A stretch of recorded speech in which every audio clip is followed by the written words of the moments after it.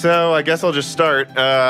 This is, I don't know what it's going to be yet, actually, because as many may be able to imagine, we can record things and release them in the future. I think this is part two. The first part, if you're hearing this in the future, was me and Dan, frankly, just talking about our expectations before I even started the channel when it was completely just a hobby. And now I have a guest for part two who is... Hey, I'm Chris with The Good Old Gamer. I'm sure many of you guys are pretty familiar. I've been on the show a couple of times now. Yeah, and I've been on your channel at least once. And I was going back and watching some of your videos before we recorded this. And it's pretty obvious. It's just funny. Me, you, and Paul, I think every other video mention each other's channels. Well, I mean, we kind of have a similar mindset. We all look at things differently, and I think that's why we like to watch each other, because you get a different perspective from a similar, base standpoint, which is we need more competition and we need to encourage that. And I think that's really what all three of us really want to see. Yeah, I mean, the greatest reality would be if, again, I think with Cortex talking about RISC-V so much, I love the idea that eventually you just have HP and Dell designing their own CPUs for their own laptops, and AMD's forced to make the best semi-custom things to compete with them, to make sure they keep choosing AMD over building it themselves. Then you have 5 GPU manufacturers. I mean, that's kind of how it used to work, actually, in the 80s right. and 90s, early 90s. If I'm correct. Yeah, I mean, CPUs were largely dominated by Intel through, most of the personal computing era. But, there were a lot of other manufacturers of x86. You had Cyrix, you had AMD, you had IBM. I mean, there was one or two other ones that I can't pop off the top of my head. But you had alternative options. And then it basically became the Intel show with AMD, and that's pretty much what we've had ever since. And when you don't have more than 2 options, I don't think that's a good thing. I mean, when you have 5 or 6 different options, like when you go to the store and you want cornflakes, you have 5 different cornflakes brands, you can pick the cheapest one because it's all the same thing. Yeah. And because of the internet now, you don't even need to go to the grocery store. I'm sure there's some indie startup in Madison, Wisconsin, making all organic corn flakes that aren't even at the grocery store. So it's honestly weird, this industry. I think it is just going to go that way, though. I think it's just going to take forever because this is, a lot more complex to make than cornflakes. But it's not going to last. The margins are there. And actually, so I think the first place to start with looking back on this year is just kind of going into it, though. And speaking of margins, I mean, this 2019 started right after Turing came out. Yeah, this is definitely the year of the margins. So you'll hear that word a lot. Yeah, it really is. This is the year. And I think 2020, I mean, not to get ahead of ourselves, will be the year AMD milks. I really don't think AMD is going to milk forever. Unless, of course, they can. They are a corporation. But I think this whole year, it's just been higher prices. But better prices than 2018 and 2017 because there wasn't a mining boom. Right. Yeah. I mean, that's an external factor that you can't account for, though. No, you can't. But Nvidia was sure happy it happened, I think, when they launched Turing. So was AMD. Yeah. Oh, God. Yeah. They loved it. Yeah. It made sure Vega didn't have any problems selling for an entire year. No. Well, hell, I mean, all of AMD's graphics cards were off the shelf. I remember $600 RX 580s. I mean, it's crazy. Yeah, so that's actually kind of what I remember going into 2019 is finally coming out of the mining boom. That was one of the first things of this year that we saw. Yeah, mining boom to the margin boom. Mm-hmm. So things got better, and we'll probably get to some of that later, but I guess I'm just kind of trying to place other things that were going on. There was the 9900K had just come out as well.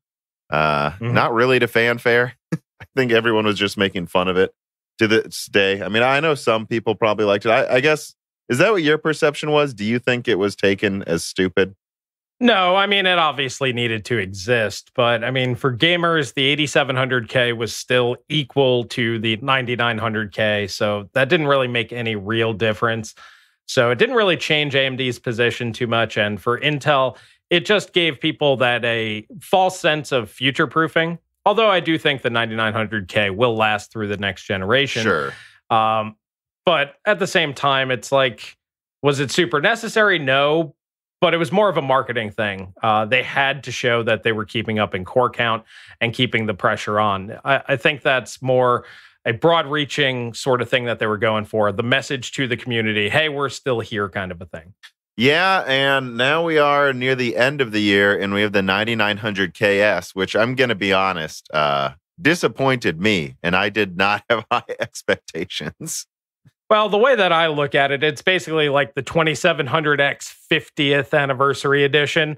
That's kind of what it is. It's just throw special edition on the package of a 9900K and just charge more money for it. That's all it really is.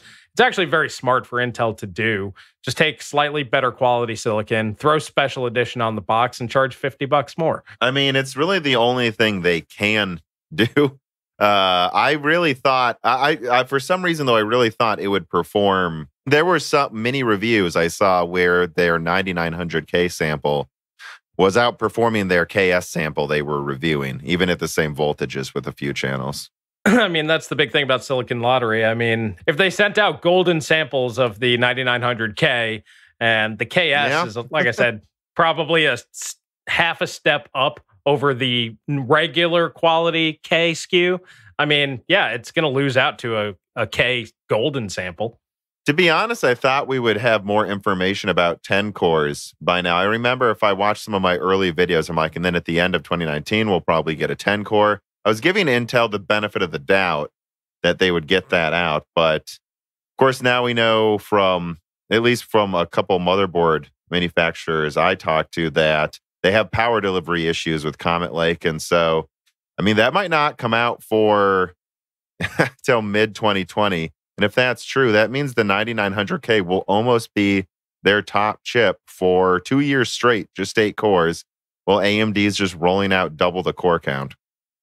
Yeah, and I mean, that's really what's leading to AMD going for the margins. And honestly, I don't know if you saw Cortex's latest video. Yeah. I think you mentioned it. But at the same time, yeah, they're definitely going for higher margins, but they're in the lead.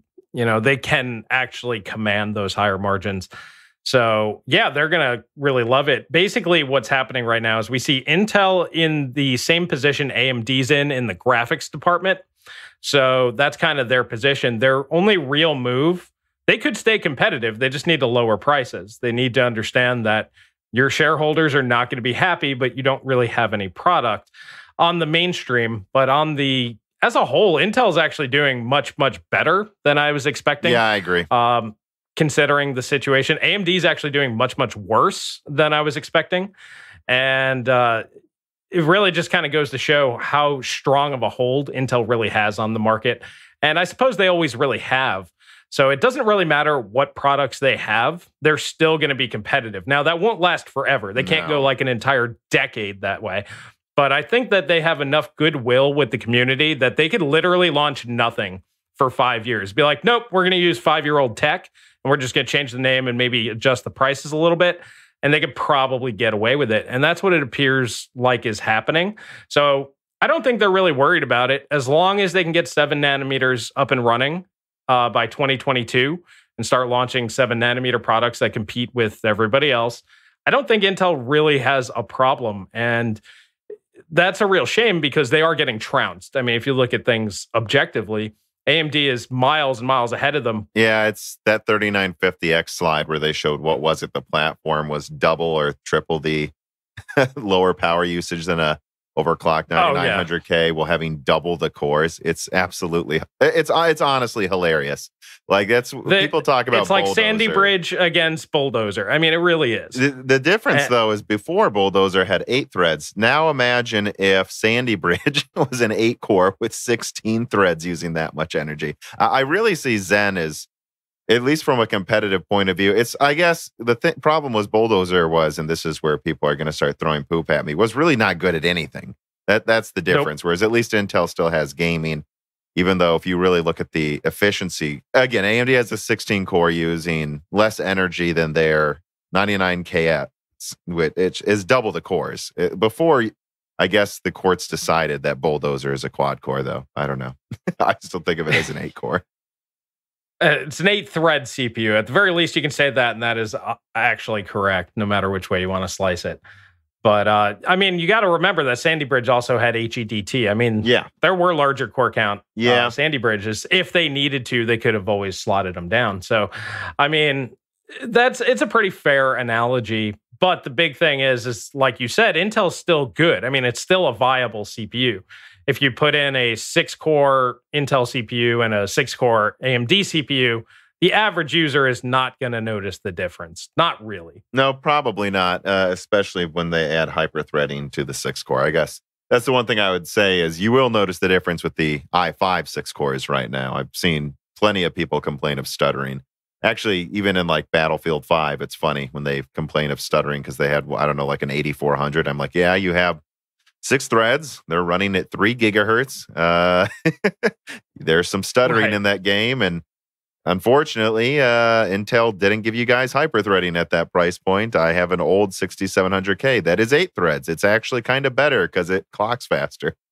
Yeah, that's really the big thing is, I mean, Intel, all they have to do is just enable hyper-threading. That was one of their biggest misses. They should have launched. They should have, yeah. They should have just put hyper-threading on everything once Zen came out. That would have helped them out tremendously. I mean, in reality, for gamers and the average user, 4-core 8 threads going to last the rest of this generation because games are obviously coded with 8 threads in mind, and IPC is so much higher than what's in consoles. That would be fine. So Intel, yeah, they're not in as bad a shape as they could be. And honestly, I think it's due to AMD screwing themselves over. And that's something that I messaged Cortex after his video. I sent him a giant wall of text. And he and I are going to have a discussion here in a couple of weeks about what he went over. And he's right on all of his points. But I think it ultimately comes down to AMD does not know how to market, and they just don't know what they're doing. Yeah, I'll try to save some of the prediction stuff for what we expect next year. I do want to come back to the subject of threads, how long they will last. Because before we do that, though, I think I just to sew up the beginning of the conversation, expectations. To be honest, what I remember at the turn of the beginning of this year was the hype around AMD was just at a huge fever pitch. Like more than I've ever seen. Terrible Q1 earnings, but it still spiked up through the roof. Nobody cared. That's how good expectations were, that even a poor earnings call and everybody just bought in. And everyone it was just nonstop talking about Navi and Zen 2, which I would say in retrospect, I think Zen 2 met expectations. I know some people don't think it did, but to be honest, it uses less energy than I expected. And it's better at certain things than I think a lot of other people expected. No, it doesn't hit 5 gigahertz, though. I mean, that's really the only thing you can say, at least the ones they're selling. I think we were expecting higher frequency, but lower IPC. Yeah. So we got higher IPC, but lower frequency. So I agree. I think they hit the real world performance targets that we all wanted them to. It just, they went about it in a slightly different way. Instead of the bigger numbers on the box, which, you know, people that don't pay attention don't really understand that. But yeah, their IPC gain was huge. Yeah. And I think if we're being honest, my first video, I mean, I made a couple that were terrible. In fact, the first one I never even released. I might watch it with Dan and just release the audio in the podcast. And then Dan can describe how stupid I look. But so the one that actually got some amount of views was reality will catch up with Intel. And I think this kind of ties into what we were just talking about, that I agree. For the next year, Intel can get by doing what they're doing. They don't really care that much about Cascade Lake. And frankly, they just sell those to OEMs. I mean, that video I recently did talking about how they have a price for OEMs that's, well, it's not even just half as much. It's really on average about a third as much is what they're charging on Newegg. That's where those Cascade Lake X i9s go, where Intel makes all their money. They go to HP, they put them in Omen pre-built gaming, computers that market it as having 14 cores, i9s at 5 gigahertz. That's where all the money's made there. And they can get away with that a little longer. But I am, and I've always been very outspoken about this, of the opinion that this parade will not go on forever, that they have a ticking time bomb here, and they better hope they really better hope their 10 nanometer will yield next year, which I think it will from what I'm told, but we'll see. You can never be sure with that. And Zen 3 could be that little bit more needed to push things over the edge. It's something I talked about in my last podcast near the end there is right now, if you think about how gaming works, the difference in gaming performance between the 3600 and the 9900 KS, we're talking about something for almost triple the price, is like 15%. I don't know, right? It's about 5%. Yeah, it's 5%. So here's Intel's rush against time. AMD right now just completely clobbers Intel at everything but gaming. But people will buy those CPUs if they game 5% better. They will. And Intel's got, the name brand recognition. However, if AMD's Zen 3 is, and they're just, it's a new architecture, they're redesigning the CCXs. If that gets 10% more IPC, which I don't think is out of the question, and it does get at least what they say, which is about 100, 200 megahertz higher, the problem isn't that now the fifth, what would we call it? The 4900 X12 core now beats the 9900 KS at gaming. That's not the problem for Intel. The problem for Intel is that now when you move up AMD's single-threaded performance by, let's say it's 15%, or even just 10, now AMD's $200 CPU beats Intel's top chip probably at everything. That's the problem Intel has to worry about at the end of next year, I would say. So I think they can get away with it for now. But as things stand, their HADT lineup's a joke. At least in Europe, people are buying AMD in larger numbers. Seem more discerning than us, I guess. I don't know. And once you move that single-threaded up by 10%, it's just complete game over, not just in the high end, but it's like what do you price a 9900 at when it loses to the 4600 at everything? If they need to, what was it? The Q6600 launched at $900. In less than a year, it was $200. They could drop the 9900K to $150 if they need to. And they could. If they feel that, okay, yeah, so they're beating us across the board, we're losing sales, well, we're just going to knock, or they'll probably do it in small increments. They'll knock like 25% off, get a bunch of sales, knock another 25% off, get a bunch more sales. They can just keep going down, and AMD could follow if they wanted to, or come out with cheaper SKUs or whatever. But honestly, I think Intel's just trying to wait out the clock. Exactly. I think that... But there is a very real clock there that will affect them if they don't hit it. Right. But if you look at the Pentium 4 versus the Athlon XP and then the Athlon 64, it lost to both. Pretty bad to the XP and then horribly to the Athlon 64.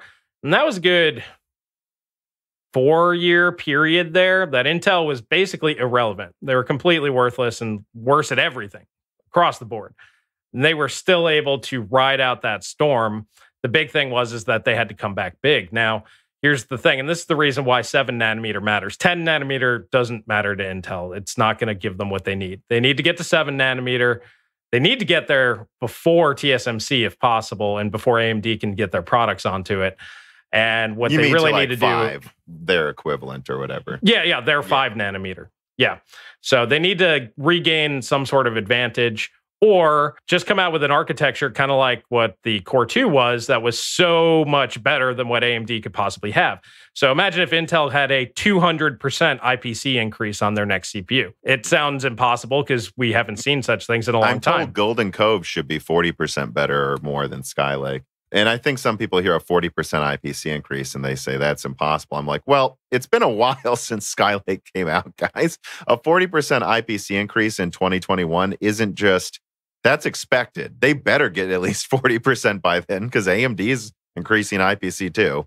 Right. Yeah. And with AMD constantly increasing IPC, Intel could come back in the game, like I said, if they hit back hard with, if they get the 3D stacking done first, and there could be massive IPC gains there with on-die DRAM and stuff like that. That could get you a 100% IPC increase. In theory, if they do it right. No, it could. That's what TSMC was talking about at Hot Chips for half of their presentation. It absolutely could.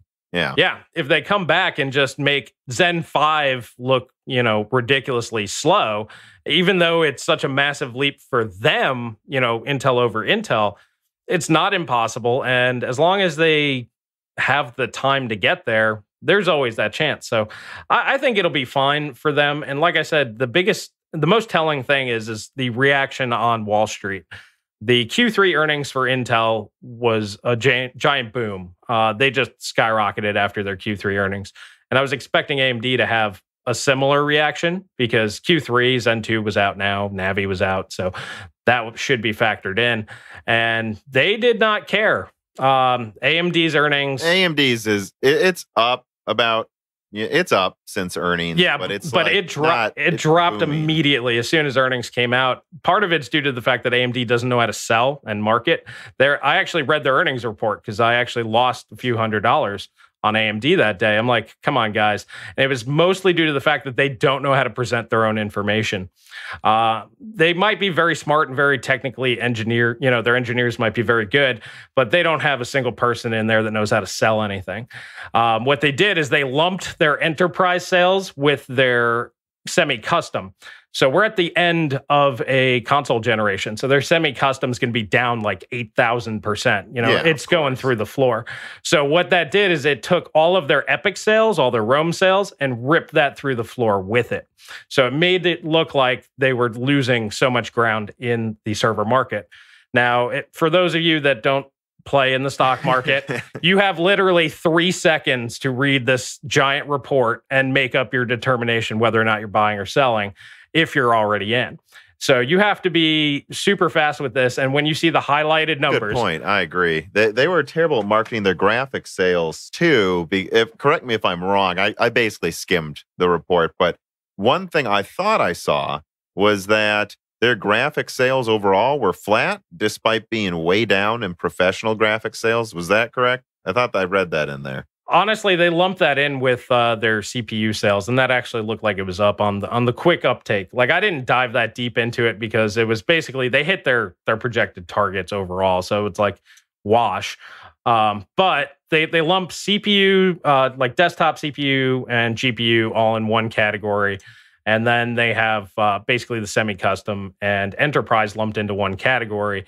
And then that one was obviously down, I think it was like 300%.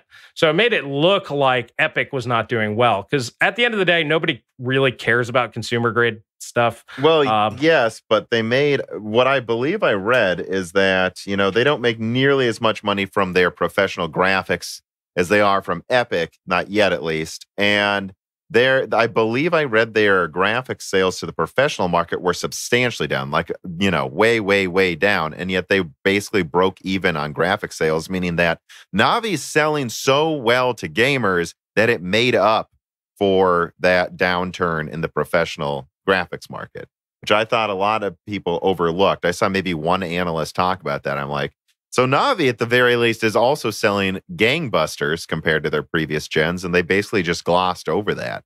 I mean, I think that's a very big deal long term that they don't even have a flagship. I guess their flagship is the 5700 XT right now, graphics card competing, and yet they're managing to make more money in consumer graphics than they've made for, what was it? Since like 2014 or something, wasn't it? Well, it was the most revenue that they made since 2005 for the company wide for the company. But yeah, no. As far as like the individual graphics stuff, I didn't dive that deep into it because honestly, to Wall Street, that doesn't matter. The biggest thing is the server side. That's where the real money is, and that's professional graphics. Actually, on AMD, don't matter. Well, and I don't blame AMD for charging more for Threadripper. And I think next year really is the year where you're just going to watch Intel's prices continue to slowly go down as they have, absolutely nothing in the desktop space. And you're going to see AMD raise margins, at least for next year, because they need to get as much money while Intel has nothing as they can before 2022. And that's kind of what we're seeing here. People will pay whatever they want for Threadripper, by the way. I see it. I actually don't agree that there's that much to complain about with Threadripper. If you think about it, they increased prices on a 24 core $100 or something versus what they were selling at previous gen. And because of how Zen 2 works, it's, 50% better. The 50% year-over-year performance increase for 10% more money in a platform where the competition has quite literally nothing. Like, it's so funny how little Intel has in that market now. I think the real gripe, like from Cortex's video, is the fact that AMD's been buying goodwill with Zen 1 and Zen Plus. Basically, they were underpricing their CPUs to try and buy goodwill. And now that they are in the lead, they have the technological advantage. That goodwill is, they don't need to buy goodwill. It's either you want the best, you pay for the best. And they could have charged whatever they wanted. If they wanted to, they could charge $4,000 for the 32 core and been like, buy it or don't. And what are your options?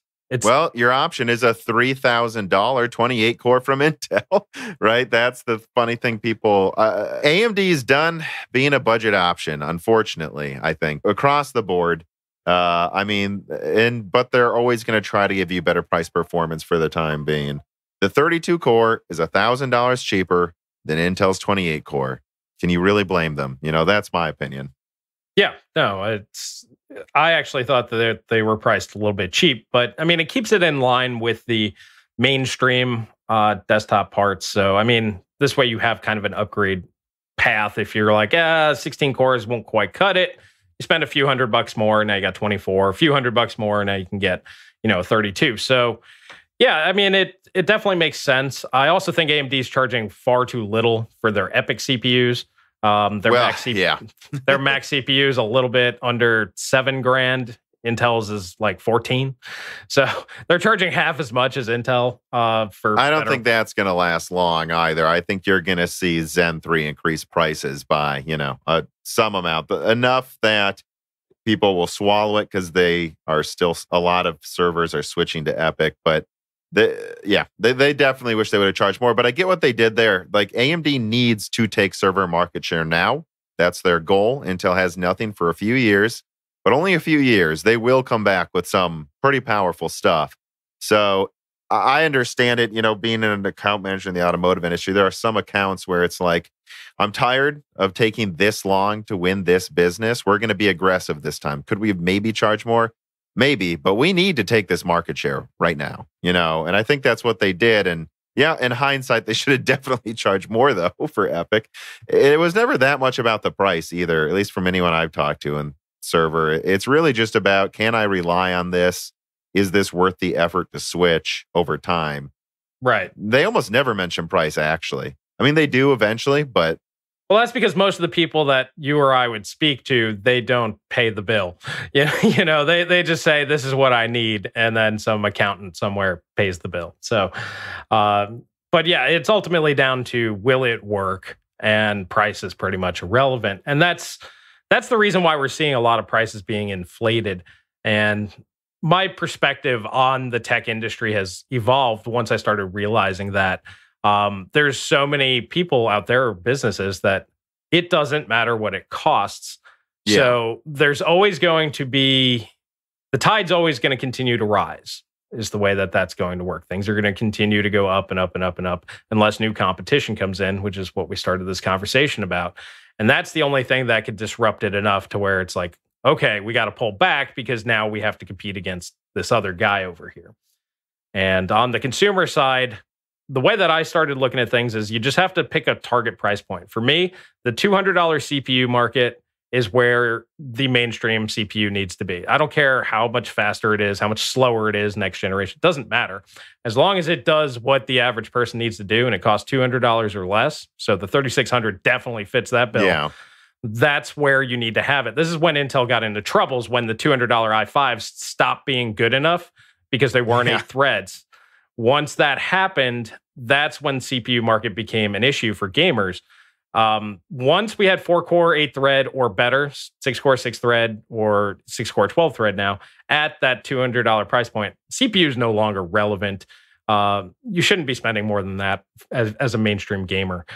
And then on GPU side, it's really between the $200 and $400 price point. Anything beyond that is basically just irrelevant because they'll just keep updating prices. Like we talked about in our last video, if they want to charge $10,000 for a GPU that's 15 times stronger than a 2080 Ti, yeah, who's to say that they can't? I mean, And someone will buy it. Somebody will buy it. Yeah. I guess I'll say this. Did you expect a thing stronger than the 5700 XT from AMD before the end of the year? I figured that they could do it if they wanted to, but after looking at the situation, it doesn't make sense for them. That's what I think's going on, and I always find this a hilarious thing.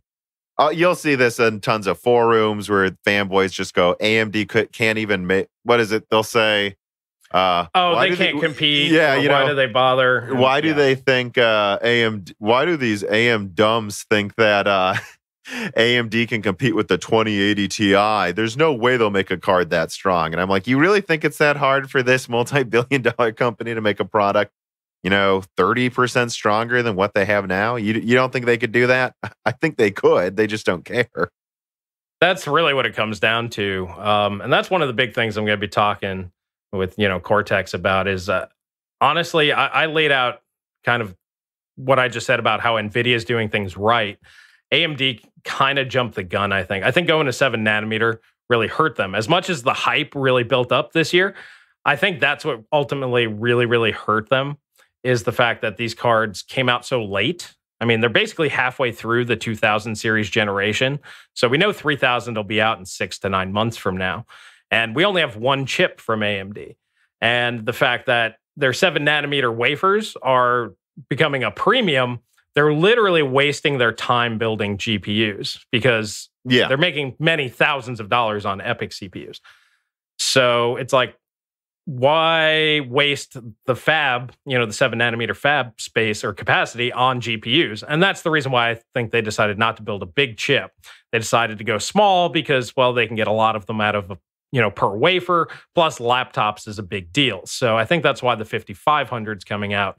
But I don't even think they really wanted to do the 5500. I'm honestly entirely surprised that's built on 7 nanometer. Like, I really thought there was a chance they would put that on like Global Foundry's new 12 nanometer FDX, which is about as efficient, so it'll be fine. I mean, the die would be bigger because, it's on 12 nanometer instead of 7, but it would have, it's something that actually confused me. I was very surprised that everything so far with Navi is 7 nanometer, that they haven't, even just done some kind of updated porting, of like a smaller Vega or Polaris card even. Then just call it the 5500, maybe give it some of the new features, RDNA has. Because, man, putting everything on 7 nanometer doesn't make any sense. Look at the 5500. That's a 150 millimeter square die, I believe, around there. So that's double, that's twice as big as 2 Zen 2 chiplets. No, I don't think it's quite that big. I thought it was about 100 millimeters squared. It's bigger than a Zen chiplet. Oh, yeah. And they're not making Zen 2 chiplet profit margins on this thing. Nope. So I that actually surprised me. I will say that I'm surprised there wasn't some bigger Navi, because they could have done it. But if there's not going to be a bigger Navi, I'm surprised they're releasing a smaller one on 7 nanometer. They don't need 7 nanometer to compete with NVIDIA's low end. NVIDIA's low end is a complete joke. They could have put it on anything, really. And I'm assuming they already invested in, getting it onto 7 nanometer. And this is really where AMD has a bit of an issue. They're not very malleable. Like how you said, why not switch it over to the 12 nanometer over here? That would have made a lot more sense. They should have actually launched the whole Navi RDNA lineup on 12 nanometer at Global Foundries or TSMC. It doesn't matter where. But, keep the fabrication on 7 nanometers going. But they just don't want to invest, however many more millions of dollars it is to get that going, because their graphics division overall isn't going to be that profitable. So I just don't think that they want to put the investment in. So they're like, screw it. We'll just make whatever we can make. And for the most part, they just want to get these to OEMs, and they want to get them in laptops. That's the big thing. They just want to get them into laptops so they have a presence in modern day laptops. Yeah, I thought that was hilarious, the TDP difference, or I guess they're now using TBP for the 5500, that the mobile version, will use around 50 to 75 watts. And then the desktop is like 150. Yeah. It's like they're definitely giving desktop users the worst yields. They just don't care. But they really don't need to care. That's one thing looking back on this year, I think I misjudged, is I thought Navi had, the original launch from Adored Right. I think we both agree that it was at least a legitimate leak, no matter what panned out from it. And the original leak was that Navi, well, the Navi you see in the 5700 will be clocked lower. It'd use about 100 watts and they'd sell it for 300. And I do think that was their initial plan, was we are going to make this way more efficient than Nvidia, sell it for $300. But they had problems with the larger dies. And as we know now, they said, screw the larger dies. We got the smaller ones working. Let's overclock them and sell them for 2070 prices. Why not? Why not sell them for that much? It won't be any more efficient than NVIDIA's current gen cards. But why do we care? People will buy it anyways if the performance was there. And I thought people wouldn't.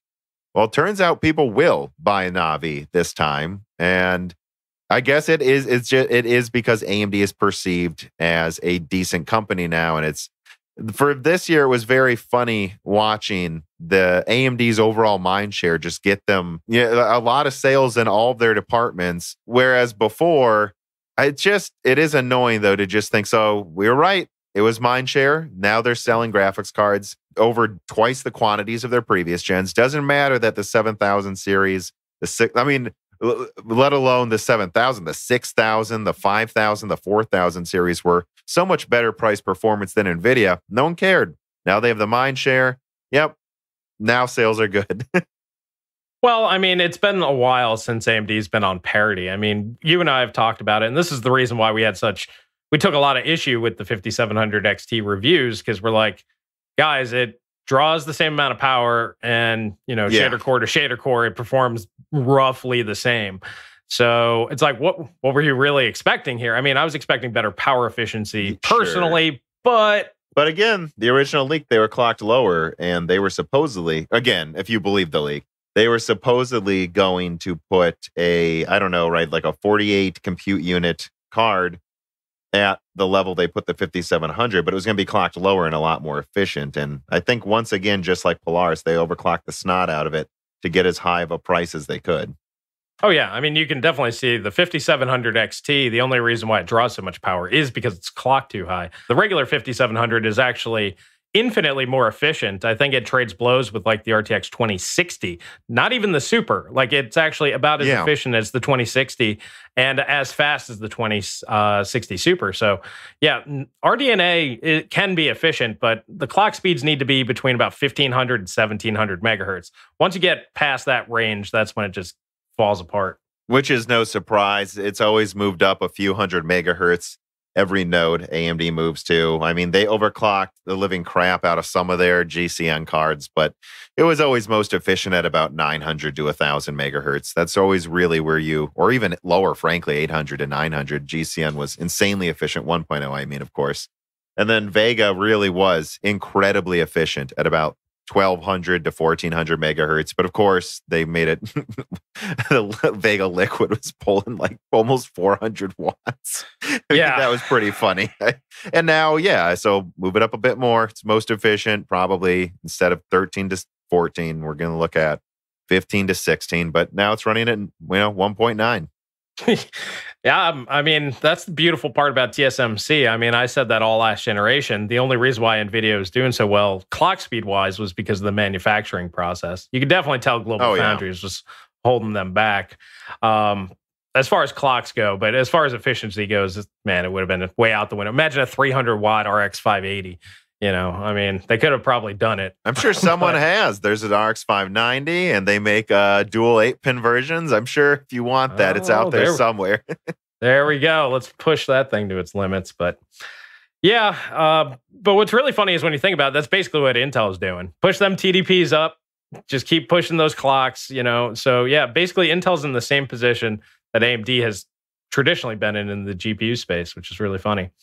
But yeah, Navi and RDNA brought them up to parity, so that's doing well. There's really no arguing with that. People will say, well, NVIDIA's on 12 nanometer. It's like, yeah, well, show me their 7 nanometer. Well, show me their 7 nanometer product that you can buy. I mean, point that one out to me and I'll be like, yeah, that's a better product. It's more efficient. It probably costs $20,000, but hey, there you go. But they don't have it, and that's not an option. And until it is an option, it doesn't exist. Yeah, and I mean, it's kind of like people, man, that was a really funny thing. No one really brings it up anymore, but about a year ago, I remember the amount of people I would see in the comments say TSMC's 7 nanometer is fake and Intel's 10 nanometer is going to be real 10 nanometer. Like, all of these are marketing terms, all of them, even Intel's. Oh, yeah. Intel's may be quote unquote more real, but we haven't really followed the rules since the 90s. I think the last fab to actually name them correctly, me and Dan talked about it. I don't remember what it was. It was like in the early 2000s. So even Intel's is all marketing terms. And how's that real 10 nanometer doing? It really sucks. I mean, all it's there for is to give you an idea of its performance difference between its previous and other nodes. But I mean, if you really think about TSMC's 16 nanometer and 12 nanometer, what's the difference? You can make bigger die. I think technically you can make them a little denser too, but they're not because they want the high clock speeds. Yeah. So, I mean, even then, even as a marketing term, some of them are kind of fudging a little bit on that one. Yeah. And let me think here. So I guess overall, though, if I look back at all of these launches, the Navi launch was entirely different. I expected weaker cards than Nvidia. Again, better than Polaris, but a lot more efficient than Polaris. But instead, they're not more efficient than, well, if they are, they're about the same efficiency as Turing. But the performance is there, and more performance than I expected. I think everyone, including Nvidia, thought that when AMD showed those slides, 5700 XT, 10% better than the 2070, and 5700, I don't remember what it was, like 13% better than the 2060 or something. Something like that. They thought that AMD was full of crap, that it was really going to be 5% weaker than that. So it would really just be around a 2070. So who cares? And then it came out and I was like, oh, this actually is almost a 2080, it turns out. But it uses a lot more energy than I expected. It's just funny how I think Navi's actually about as impressive as I thought it would be. It's just in entirely different ways than I expected. Well, I think AMD also handicapped themselves with their pricing. I mean, remember when the Navi pricing was originally announced? And they wanted more, by the way. I really thought they were going to try to do 500. I do think that's what their initial plan was. Last minute, they said 450. Then the Super came out and they said, never mind, 400. Well, I just remember, I forgot which guy it was that was on stage, but how nervous he was right before he announced the price. And I'm like, this dude knew this was coming. The problem is on the GPU side, Navi came late. Yeah. It was going to be too expensive. Remember the WCCF rumors? Just like it could launch Q1. Well, it could have if they were smart and went with 12 nanometer. They could have. And that's something that I'm going to talk with Cortex about because, yeah, the fact that they took too long to get this out is really the problem. You're right in between generations. If you're 6 months behind, that's bad. If you're any more than that, you might as well just skip the generation, really. You should just wait until the following generation and catch up because you're putting yourself in kind of a bad spot, and that hurt. Like I said, the pricing was bad. Now, the performance when it came out was good, and it is good, and they are good products. It's just, once again, it's marketing, it's delays. There's only one chip out. That doesn't bode well. It's not an entire lineup. That AMD, while they're delivering good stuff on the GPU side, I also don't think it's worth it to them to even bother anymore. They need to just focus on consoles, APUs, and maybe sub $300 graphics cards and just stop. They are not capable enough to compete with Nvidia. So what did you think about the Super launch, though? Because that was one of the funniest things I've ever seen in my life. And that's one of the most bizarre launches I've ever seen. The name was stupid. They were basically just releasing the same cards again. They thought they could get away with it, and then AMD just dropped prices anyways. The Super launch, I thought it was a joke, honestly. I was like, oh, maybe this is like some sort of internal code name. Oh, it's Super. Thanks for asking, that kind of a thing. But the naming is definitely stupid.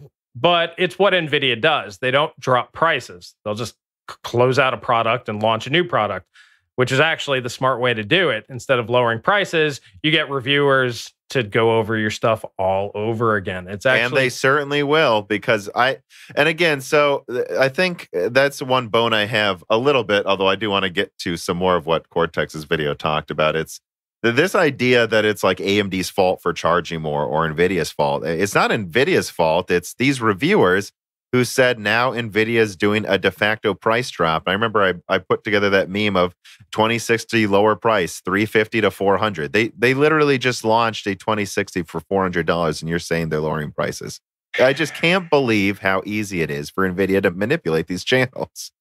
Money talks and bullshit walks. That's where it comes down to. The only thing that matters is money. I mean, nobody's out there, for goodwill. And what Nvidia does is they want to make as much money as possible. So they launch their products at a certain price point.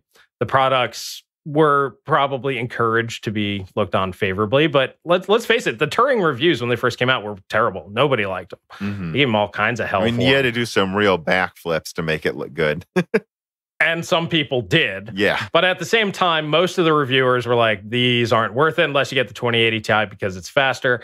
And it wasn't until the RTX 2060 came out where it actually did deliver better price to performance. It wasn't much, but it actually delivered better. That's when you saw things starting to shift and then people starting to get on the Turing train. And since then, I mean, they were basically left unchallenged for 6 months, 7 months. So it's like, what are these guys going to do? All these reviewers, they have to sell you product. That's how they make money. AMD's got nothing. They have Radeon 7, but they had really nothing. So they're going to sell you Turing. That's how it works. And then the Super came out, so they sold you those. The Navi came out. Most of them tried to sell you that, but then talked up RTX because they know you're probably going to buy that anyway. And that's simply how it goes. When I saw the Q2 Nvidia earnings, I did a video and I said, it's over. Once I saw the sales numbers starting to come back and people started buying Turing, I'm like, okay, all that bad will that Nvidia had, AMD did not capitalize on that. Well, that's definitely true. AMD should have done a much better job of capitalizing on that. I mean, I'm actually kind of blown away that it's like, we've talked about that ad nauseum, though. Like, really, they should have.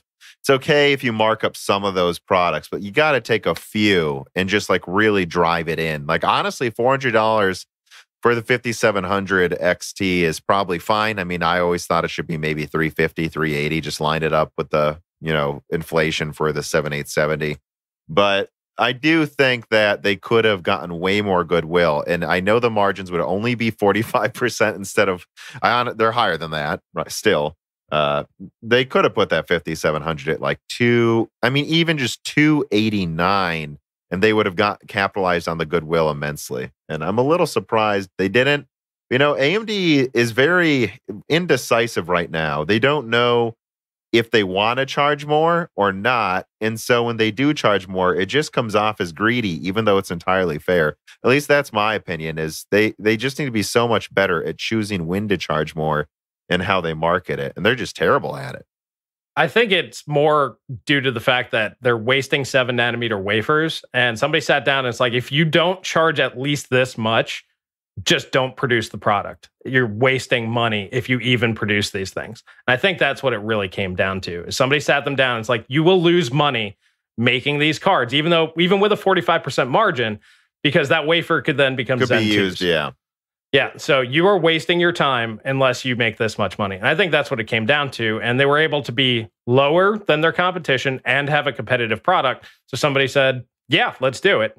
And that's where the 449 came in. And then they realized Super was coming out, so they preempted that.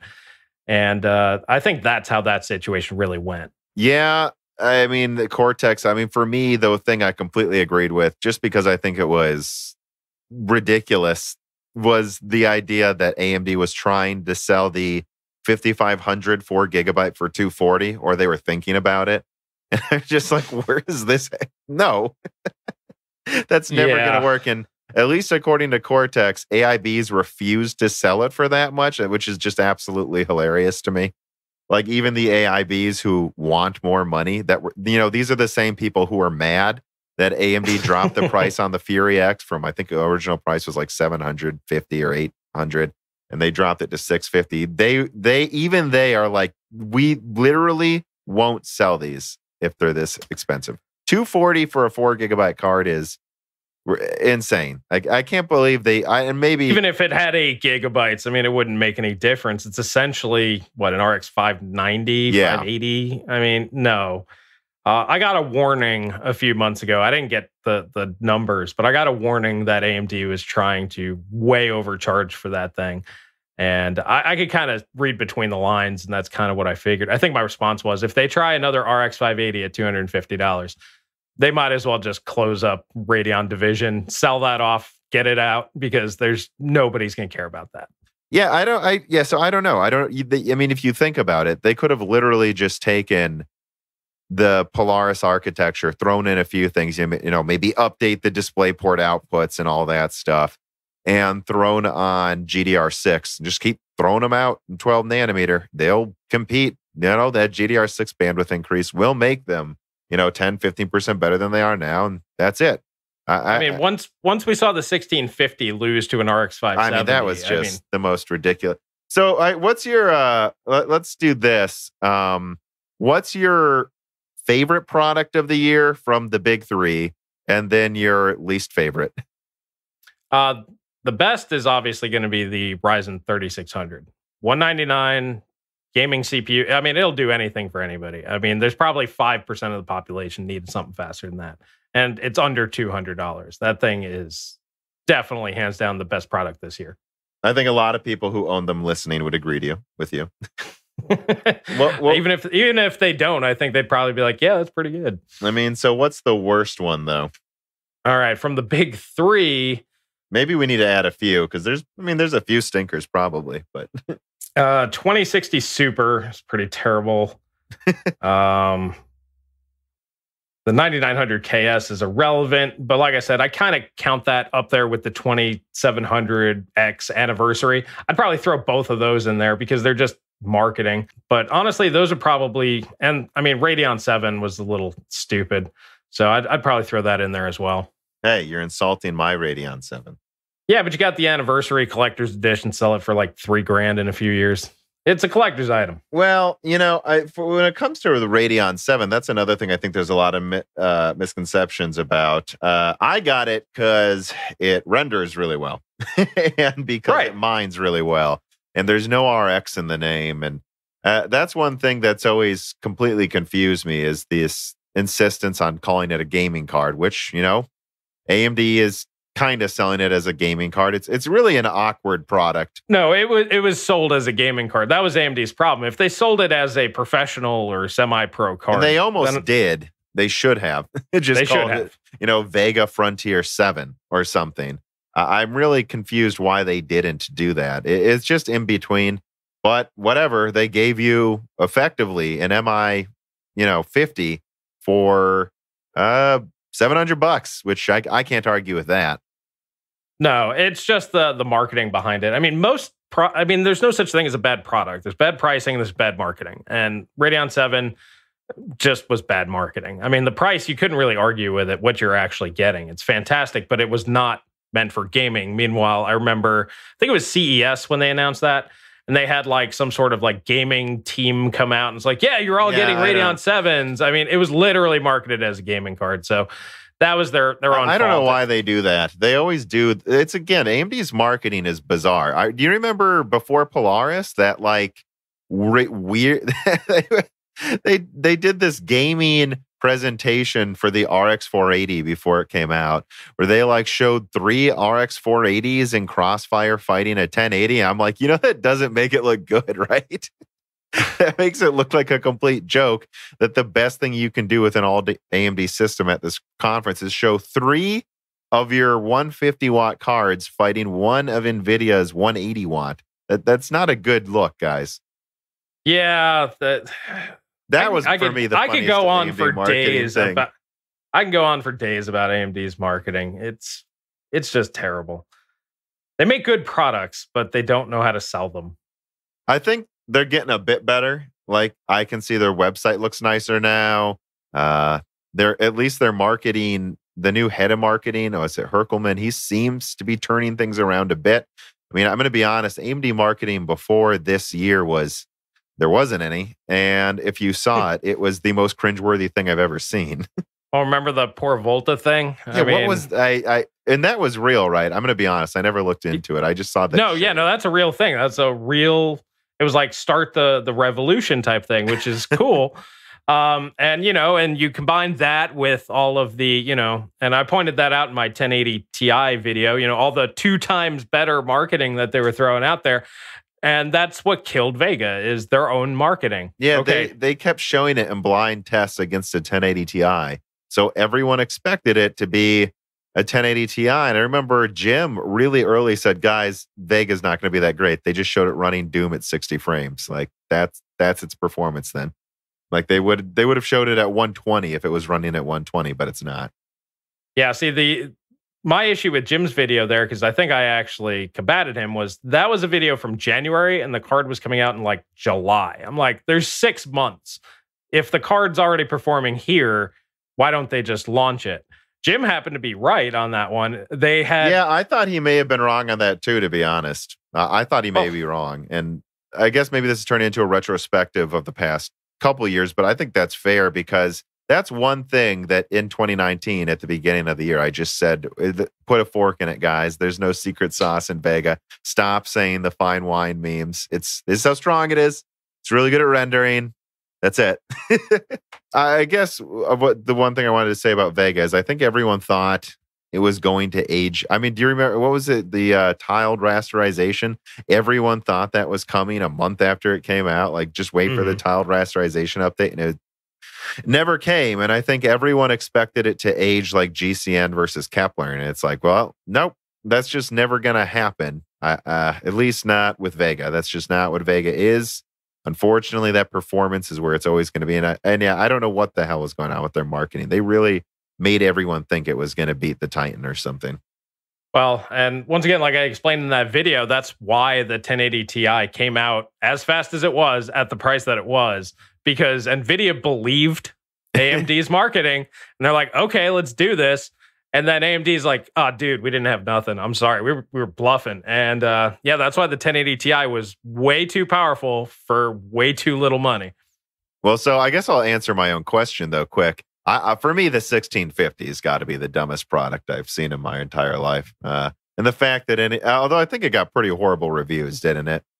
Yeah, nobody liked it. I mean, but if you think about it, it's faster and equally as efficient as a 1050 Ti. It's meant for laptops. It's a laptop chip that they just decided to sell extras or the shitty ones on desktop. So, I mean, it makes sense from my perspective, like why it exists. But yeah, I mean, it's terrible. I mean, they're going for like 180 to 200 pretty often. And when I see that, I'm just, I love the argument too. Well, if you have an old PC, this doesn't need a power supply. And I'm like, you understand the price of like a 570 and a nicer power supply is cheaper than your stupid card. Also, I think people overlook Radeon Chill. That actually works. Like it does. Like I've tried it. If you're one of those people that really cares about the difference between using, 75 watts and 120 watts, Radeon Chill makes up the difference pretty much. I don't know if you've used it. What do you think? I've used it. I don't use it on the regular because, I mean, for me, it doesn't matter. Yeah, I just don't tweak care, my personally. GPU and undervolt a little bit and poof, I got my power savings and then I'm happy. But yeah, I think actually one of the big wins is probably Radeon software. AMD's software has gone from, let's face it, it was kind of crap when they used to work with Raptor. Do you remember that? Like another company to kind of optimize. Like I have no idea what that was. I remember when they added that. Wasn't that added around the 290X or something? They added like that Raptor software, and I'm like, I don't want any of this. Yeah, they added that bloatware to kind of compete with GeForce Experience, and then today, you fast forward, 6-7 years or something, and yeah, their software runs really well. I mean, the image sharpening thing is pretty good. I know NVIDIA's got their stuff that counters that, but at the same time, both companies are competing on features now, which is really great. They're competing on performance. So yeah, I haven't had any problems with their drivers. I still see people, I can't get their drivers working. Well, maybe you should reformat your system and actually install, do a fresh install. You probably got junk on your system because I haven't had any problems. Yeah, I gotta say, I don't think it's luck. I've had plenty of bad luck with PC hardware, but when it comes to software, I mean, I switched. One of the reasons I didn't realize it at the time, but I mean, one of the reasons I never went back to Nvidia on desktop since the 6950 I had is because the software was so unstable on Fermi that I had to reinstall drivers clean every game I switched to play. Like it was so insanely bad. And Radeon's was better, at least for me, right? And eventually though, it's getting to the point where it's like so much better than what I remember, even when I thought it was better. I think Radeon software is one of the biggest reasons to buy a Radeon card right now, actually. I agree. It really is. It's simple to use, clean UI. It just works. It's what RTX should have been. I mean, have you used Nvidia? Well, I'm sure you have, right? It's so bad. My laptop's Nvidia, so it's fine because I don't really use it to game all the time or overclock anything. But man, it's really bad. Like the menu's super slow. Like it looks like it was from 95 because it kind of is. Like I don't get what's going on with Nvidia's. I mean, it doesn't hurt my feelings, but yeah, it's definitely from. I think it's the same aesthetic from Windows XP era. They haven't changed it, which some people will appreciate because they know where everything is because things haven't changed in 20 years. But it takes much longer though for me to if I want to do a custom setting. Well, it takes forever to boot up, and then let's say I want to go to Skyrim, and I'm just going to throw on SMAA. And in the AMD drivers, you just find the game, boom, and then there's the toggle. It's right there, and you're done. And with NVIDIA's, you have to there's this scrolling down through all of these useless settings. Half of them I don't know what they are. And then I click apply and wait, and it might crash while it's applying it. It's so bad. Yeah, it's not nearly as user-friendly. And with the AMD overlay, you can actually adjust all those things in the game. You don't even have to leave the game. So yeah, they're definitely, like I said, at least on par as far as feature set. But yeah, overall the software is better, and I think that's probably their biggest win. So I could definitely say this is the year where Radeon's drivers, for me, I will just openly say they're better now. I always thought they were because I had bad luck with Nvidia cards, but I always like to be a little careful about that because a lot of it is luck or something else you couldn't figure out. But yeah, I'll just openly say I think it's better now. But I do want to move on to RTX because I did watch your control video. And my first RTX video actually was one of the first videos I did. And it was me making fun of RTX and Battlefield 5. How they just kept slowing down and freezing time. We've talked about that. And the fire in the background, when you slow it down, looks like absolute junk. And then you have this flashy explosion, and then you look at the cars, and it's cars really aren't that shiny though. This isn't this isn't more realistic. This is just different, and now my performance isn't worth as much.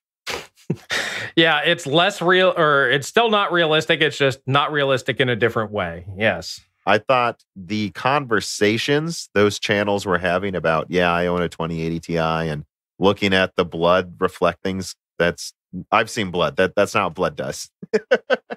Right. So for those that didn't watch the video, I'm sure you'll put it in the description. But essentially, Digital Foundry, of course, does really good breakdowns of all this stuff. So I used their analysis, but they would show the ray trace blood, like a giant pool of blood on the floor, and with ray tracing on and off. The ray tracing one, it looks like a mirror. You could literally see the ceiling. You can count how many pencils are in it. It's literally a mirror of the ceiling. Yeah. I'm like, that does not look realistic. And then with ray tracing off, they use cube maps, so it's very blurry. I mean, it looks more like what a pool of blood would look like, in my opinion. Now, me personally, I've never seen a pool of blood just laying on the floor, so I can't say for sure, to be honest with you. But from my experience, that actually looks more realistic. And most of the ray tracing stuff basically just looks like lighting's changed. There's a fire extinguisher, and one of them's ray traced on, one's off, and it just looks like somebody moved a light. I'm like, who's gonna notice this? It's so minor that it just doesn't matter. And like how you said, it doesn't make it look more realistic. It just makes it look different. Yeah, and my example so I use the Battlefield 5 one, but also there's this example I've seen. I forgot which channel did it. I think it was Hardware Unboxed, where they looked at ray tracing in Metro Exodus, and they're like, yeah, sure. So in this tunnel, it looks better and it's more realistic. But a lot of people talk about the lighting going through the trees in when you're on the train in Metro Exodus. I haven't played the game yet, but that's the example they're using. And everyone looks at, look at the light rays going through the trees and the different shadows.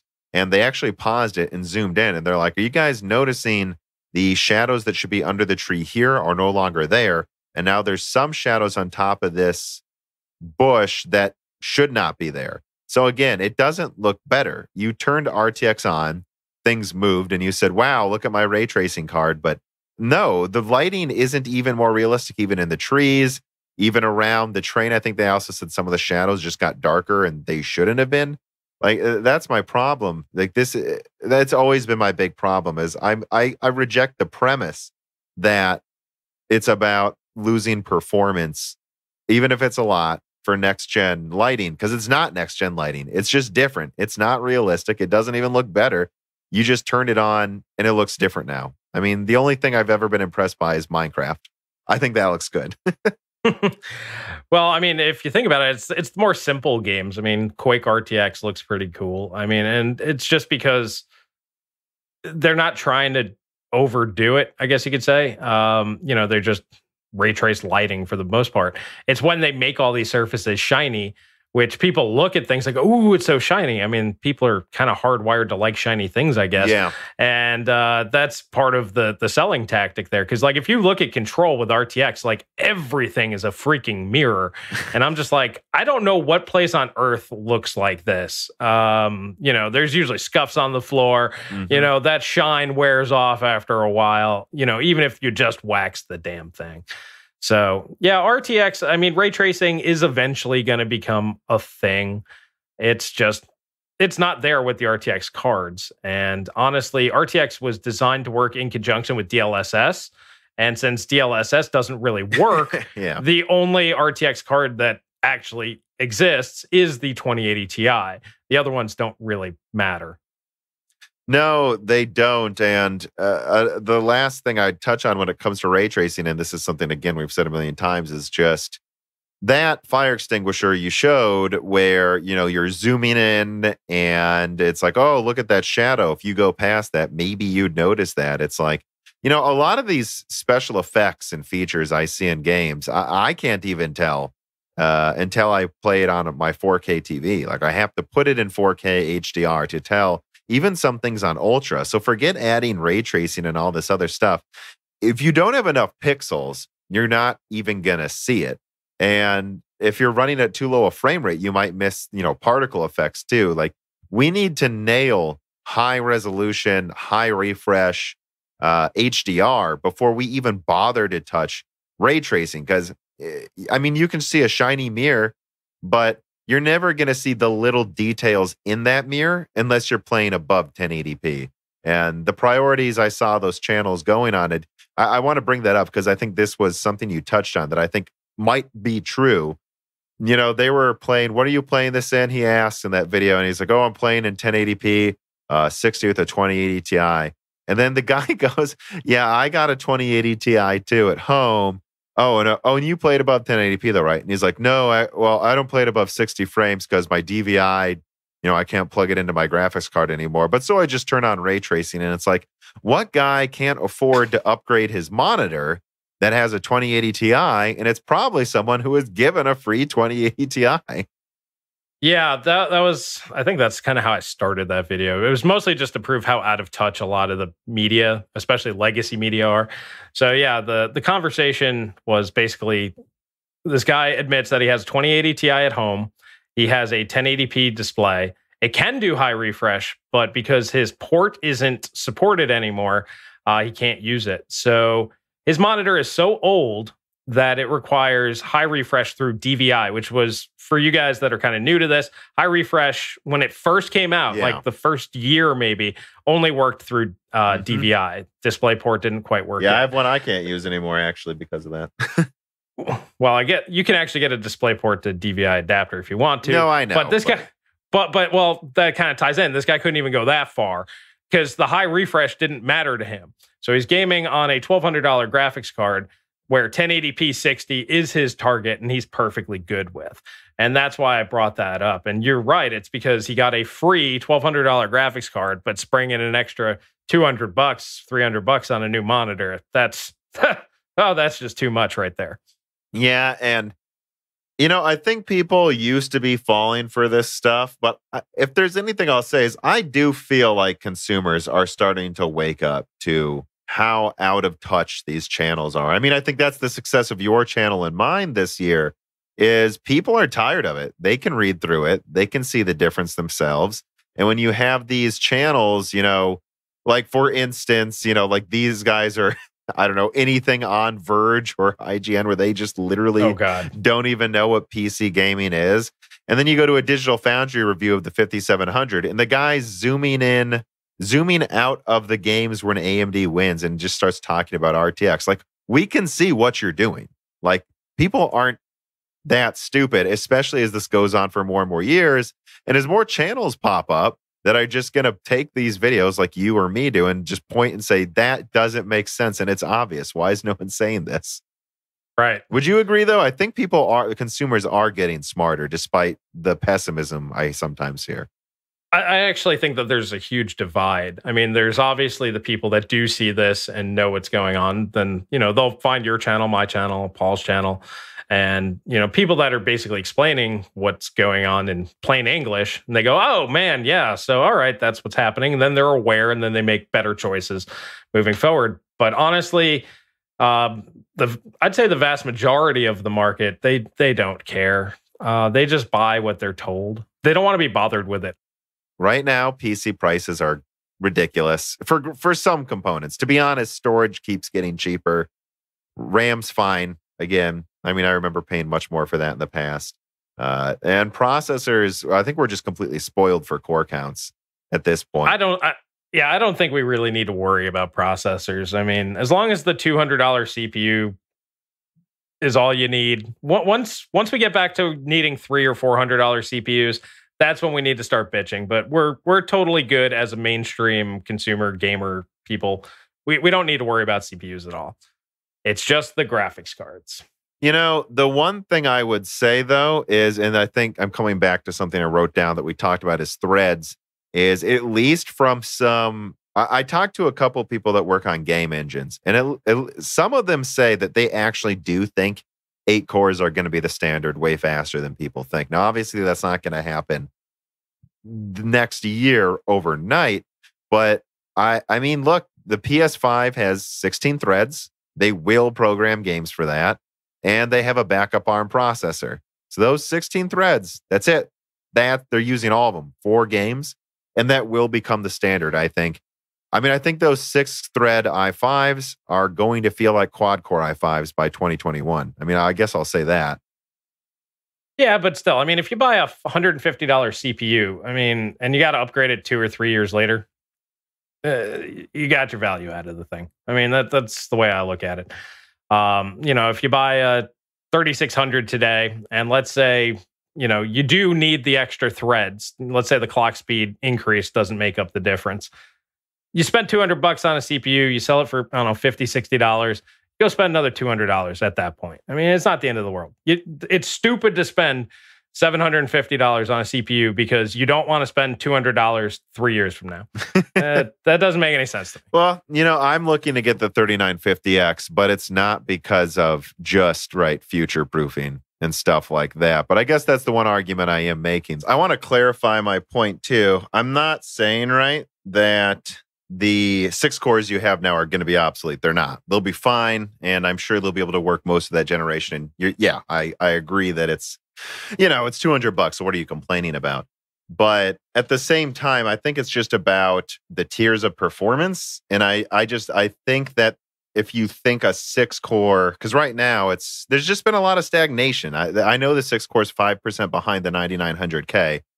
I don't think in a few years it's going to be, able to keep up with the best AAA high refresh gaming, though.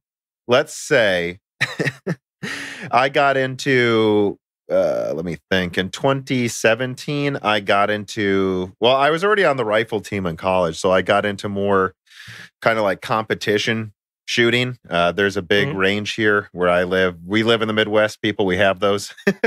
And like literally the stuff you see, like John Wick training and stuff, like Keanu Reeves running around. They have targets pop up. They time you. You have to get good at reloading. Like I got into that. And then I also got into camping. So let's talk about what my rig was first. I have a Radeon 7 for its own reasons. But besides that, I've been using the same SATA SSD RAID 6700K and Vega 64. I would have been fine with keeping. I didn't need the Radeon 7, guys. So let's just say I did that, though. So you have the 6700K, the Vega, and the dual SSDs. Let's say I was even on more of a budget, actually. I didn't mind. I would still have a Fury that I got for $250, actually. So that's my rig from 2016. A Fury, a 6700K, and 2 SSDs in RAID. That thing cost me like $1,200, $1,300. It was great. It was a great rig. And let's say in 2018, I want to go to a 2080 Ti and I don't know, right? Like Ryzen or Intel, just a better CPU. That upgrade's like $2,000. And for $2,000, I got into camping last year. And I have good camping gear. I go into the wilderness, with my dog. We set up fires. I have a hatchet and all this other stuff. That and the competition shooting, and I have a very nice competition gun. Combined, those two additional hobbies now cost the same as going from the Fury to the 2080 Ti and the new rig. And are my games any better? No. And that's kind of the thing I want to talk about is it doesn't even need to be, so what do I spend my money on? It's like, you could buy an entire additional hobby for the price of updating your rig. You could learn a new skill. You could learn a new skill, or you could, go on a vacation. You save enough money, instead of buying 3 or 4 rigs, you buy 1 or 2, maybe retire a year earlier. I mean, yeah, vacation. There's so many other things that the average person could be doing. And I think it's just because the technology isn't advancing as much, or it's just not as necessary. Yeah, like you said. And that's becoming more and more the obvious choice, in my opinion, as technology, at least for now, stagnates. Now, I got to be honest, I don't think it is going to stagnate. Really, I think things are going to, and that's kind of my argument too, is I really do think the thread war is on. I think 3D stacking will be in, Lakefield, right, is already coming out now. But 3D stacking and all of that type of stuff is really going to start taking off by 2022. That's going to be a big deal. Yeah, it's going to be huge. But at the same time, prices could be all over the place. And it's going to become more important as more cool stuff comes out. Because again, I want to be honest. We have a 16 thread. People complain. Some people wanted the 3950X to be cheaper. But it's like, the 1950X, I know it was called a Threadripper, but that was 16 cores. It was $1,000. Then they gave you an IPC increase and better efficiency with the 12 nanometer version. All right, now it's 900. Now they've got a 7 nanometer version. It uses half the energy, has much higher IPC and faster clocks. It's 750. Things are getting cheaper. So I guess the argument I keep trying to make on my channel is actually that as technology accelerates, that actually might mean to upgrade less often, because there's always something better coming the next year. And just always weigh that, like, your 580 or your 480, let's say. Let's say you, because I got a Fury instead of a 480. Like, let's say you still have that 480 and that, your i7 from back then. A new hobby, or even going to a Zen 3 build. I don't know. Just think about it, right? Yeah, I mean, is it going to be game-changing enough to be worth not going on vacation for a week in, Cancun or something? Yeah. Something that would cost something similar. What should I spend my money on? It's like, what if you didn't? Like, I don't know. Yeah. Or like I said, save it up, retire a year earlier. That's one of my big things. I don't want to be working the rest of my life. I want to be sitting on a beach in Cancun by the age of like 45 and just kind of kicking back. That's more my goal. I'd rather sacrifice now and have that, but that's me personally. So, but everybody's got needs and stuff out there. But and I've been starting to think about price performance a lot. There's this idea of like, the 3600 is the best price performance gaming thing you can get. And it's like, it's not. The 1600 is. It's a third the price at Micro Center. And I think when you do budget builds, I think everyone min-maxes price performance. And the more I'm starting to think about it, the more I'm like, I think what you should do is set a performance target and then ask, what does this PC need to do? and Right. then you worry about budget. I'm starting to reject the entire notion, and I think deep down I've always hated the idea of like, I have $1,000 budget, and this is my budget. What would be the best money for 1,000? And it's like, well, why 1,000? Why not $862? Why not 1,050? I think what you Right. The question should be, what do you want to do with this thing? yeah, not what budget do you have? Because just if you take a step back and think about it, what you're saying is, I have to spend $1,000. You have to spend 1,000. You know what I mean? Like you're just like, here's this $1,000 in my bank account. I want my bank account to have less money. That's part of the marketing that's out there. You know, they want you to spend that money. They want you to save up and burn every last penny of it. I mean, this is social conditioning is really what that is. And there's a lot of people that do that. I saved this money up for this specific purpose, and I'm going to use all of it for that specific purpose because reasons, you know, and then they'll make something up. But as far as like hardware in the future and stuff goes, yeah, I mean, you just build a rig that'll do what you want. It's going to last the whole time. I mean, once the next generation consoles come out, that hardware is not going to get any faster. That's going to set the baseline. And as long as you meet and exceed that, you're going to be fine. And to back up your previous points too, as much as I do think actually game engines are going to adopt more threads quicker than I think some people think, maybe you, at the same time, that's in a few years. So, I mean, you don't necessarily need it right now. And until we stagnate on 3D stacking, and I'm not really sure that's going to stagnate so quickly. There's so much we have to learn now that we've moved our paradigms from we must get smaller nodes to what if we just built this smarter? Build the tower, build condos. Yeah, like what are we doing? Like why were we so insistent on this? And frankly, I mean, also just looking at TSMC, which is its whole on a different conversation. I mean, they're ramping up 6 now, 5's next year. It doesn't mean you'll get products on it. Well, you will. It doesn't mean you'll get desktop products on it. After that, they're building the 3-nanometer foundry right now, guys. That's coming 2022. And then they'll probably have some marketing term for 2 nanometers. So I think stagnation might set in 2026, but it's going to be a blistering few years, not just because of all the technology. Well, not just because of 3D stacking and these new architectures, but just because, look, clock speeds might not increase, but doubling density is a big deal. And TSMC is doubling density every couple of years now, once again. But yeah, is there anything else you want to talk about that we didn't cover? I actually do think we basically covered all the things that happened this year. Yeah, we hit all the big stuff. But yeah, I mean, it'll be exciting to see who's right. I mean, we both kind of have our own ideas where things are going to go, and we could both be right. Neither of us could be right.